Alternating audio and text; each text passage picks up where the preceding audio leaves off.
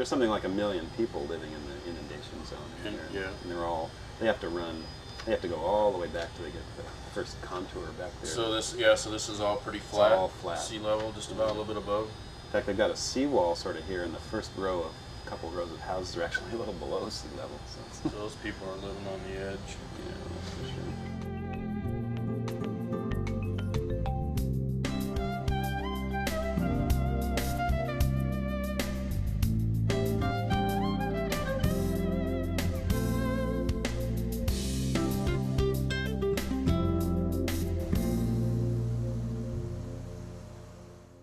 The rupture of a great earthquake in a subduction zone is almost always completely underwater. There's no direct land evidence of the fault itself. The fault is only daylights out here. So there's no way that somebody who wants to study past earthquakes can just walk up to the fault and do anything. We have to be indirect and find some other secondary means of getting the earthquake history. So what we're going to do on this cruise is turbidite paleoseismology. Based on the idea that if you have a big enough earthquake, you're going to generate a lot of landslides on the submarine margin. And you can basically just go to the bottom of the hill, take piston cores, and you should get a vertical record of landslides. Even though this hasn't been used before in paleoseismology, this is basic subsurface oil field geology. We're just taking that technique and applying it to a different purpose here.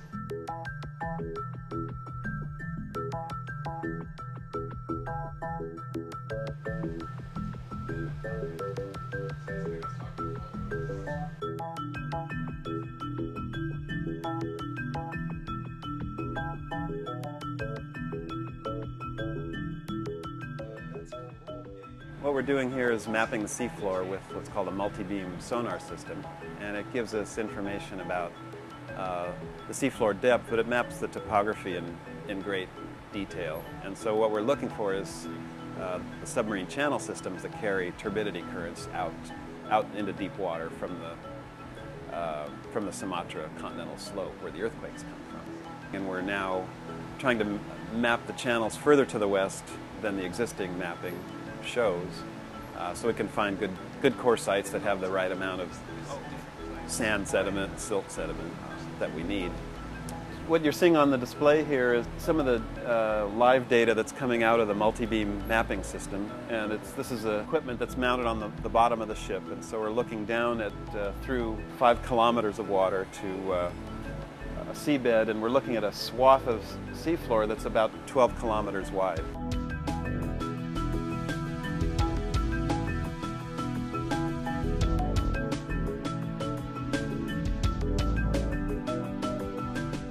A number of groups have been here previously, and more will come later. The Japanese, the British, French, Germans have all been here prior to us, and we've generally been sharing data to try to build up the seafloor picture.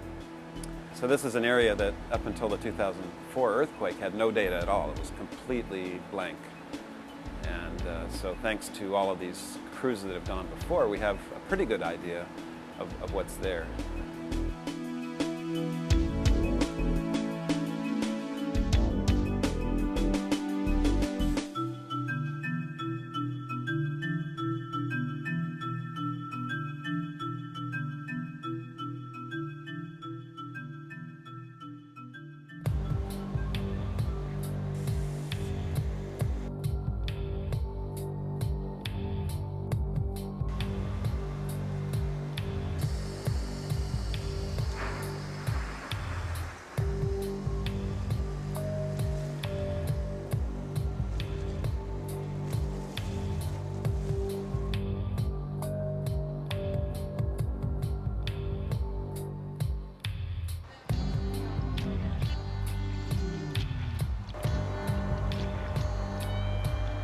We fill in time, depth, and position when it hits the bottom.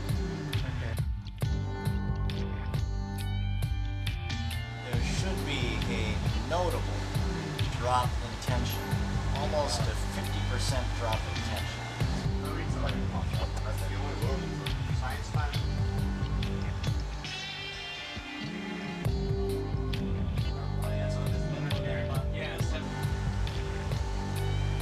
That's uncorrected depth. time on the bottom, water depth at that time, wire out on this reading, and exact position written in by somebody when we do. Oh, that is going down.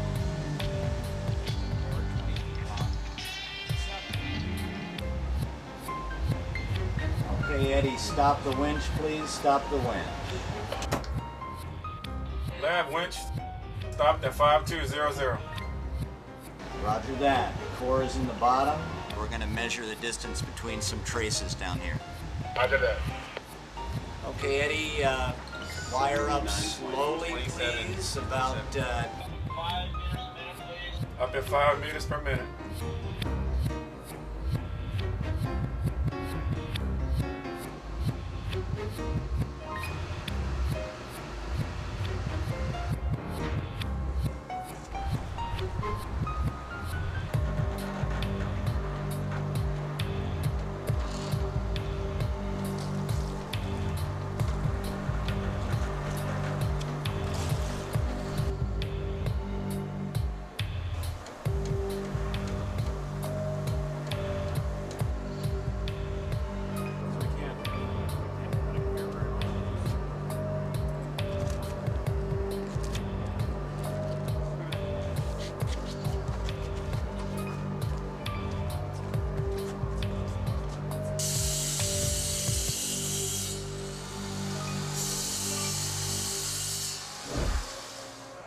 This one was the worst of the landward vergent sites, though, because it had an entire frontal thrust. It just collapsed in a giant landslide, a big sheet landslide. You could see this thing. The trench isn't filled here anymore, so we're starting to see, you know, a physical trench with a topographic trench with normal faults. Yeah. So they're actually turbidites coming at it from both sides. What's also interesting is that the last event in 2004, unless these are all very, very young, didn't seem to do anything too particularly catastrophic to this margin. These turbidites, these sand layers in here, are telling us quite a bit more than just something happened. In other words, the earthquake shakes the canyons, and a turbidity current of sand and mud and slurry comes down the canyon, makes this deposit. But it's not just a random deposit. There's organization to it, and it tells you something about the original earthquake. So when you look at the geophysical view of this, it's a bunch of wiggles that represent how the deposit was laid down over the space of an hour or so. And it actually, we think, is recording some of the detail of the original earthquake, just the way a seismograph records the wiggles of the ground motion. This sort of records the wiggles of the ground motion also. So this doesn't look like an instrument, but it seems to be a pretty faithful recorder of what actually happened in quite a bit of detail. And now we can go forward and try to see how much more information we can pull out of these seemingly random looking deposits, because it's a record there, and we're trying to learn how to read it. There's more information than we thought.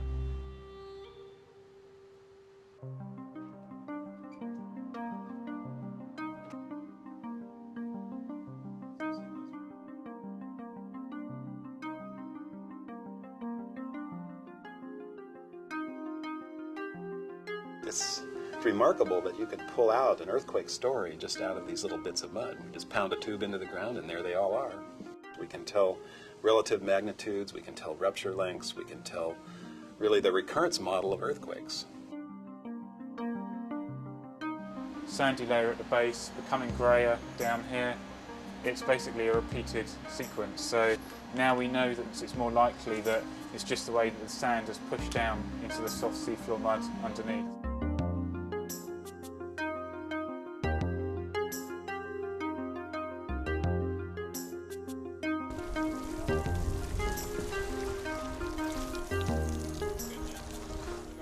Bob?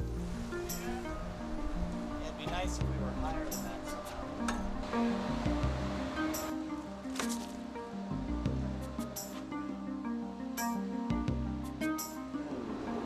There's sand here, but there's also mud there. Oh, yeah.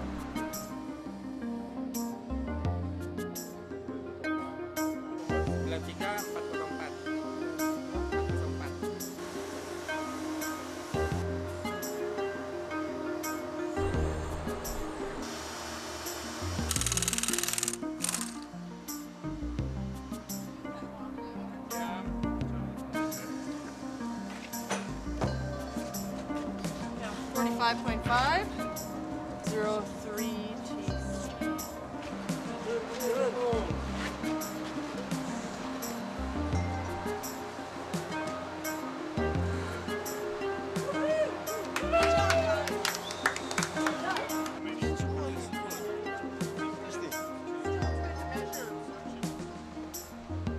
When we make this next cut, if the piston core only went in that long, that's going to be pure water up there. So Yeah. we're going to have to be careful.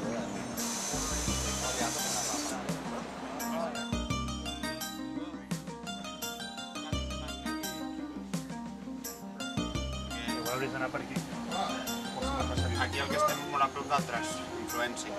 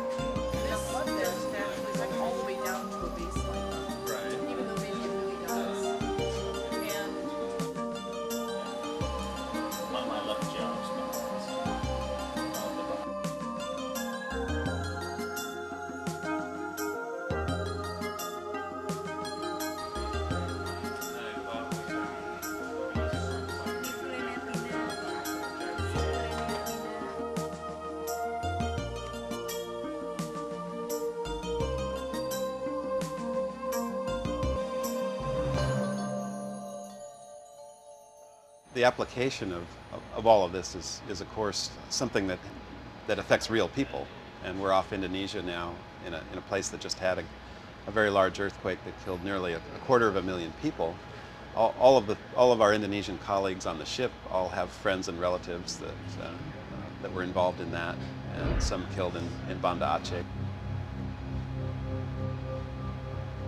When I first saw the film of the 2004 tsunami, very few humans had ever seen anything like that.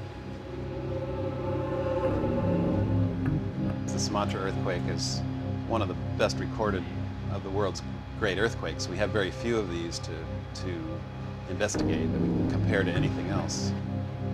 So now every time I look at these cores, I see that giant breaking wave. It really brings home what these things really are.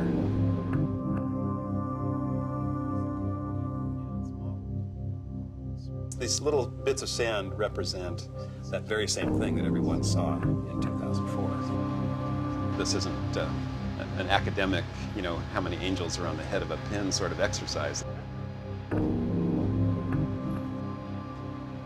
You can't really divorce yourself from the application of it.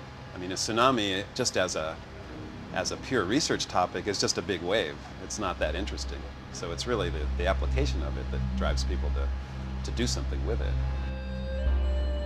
And right now the ship is off of the next segment of the subduction zone near Padang, Indonesia, western Sumatra, a port that will probably be hit by the next great tsunami, and we'll be sailing past all the people that will be affected by that.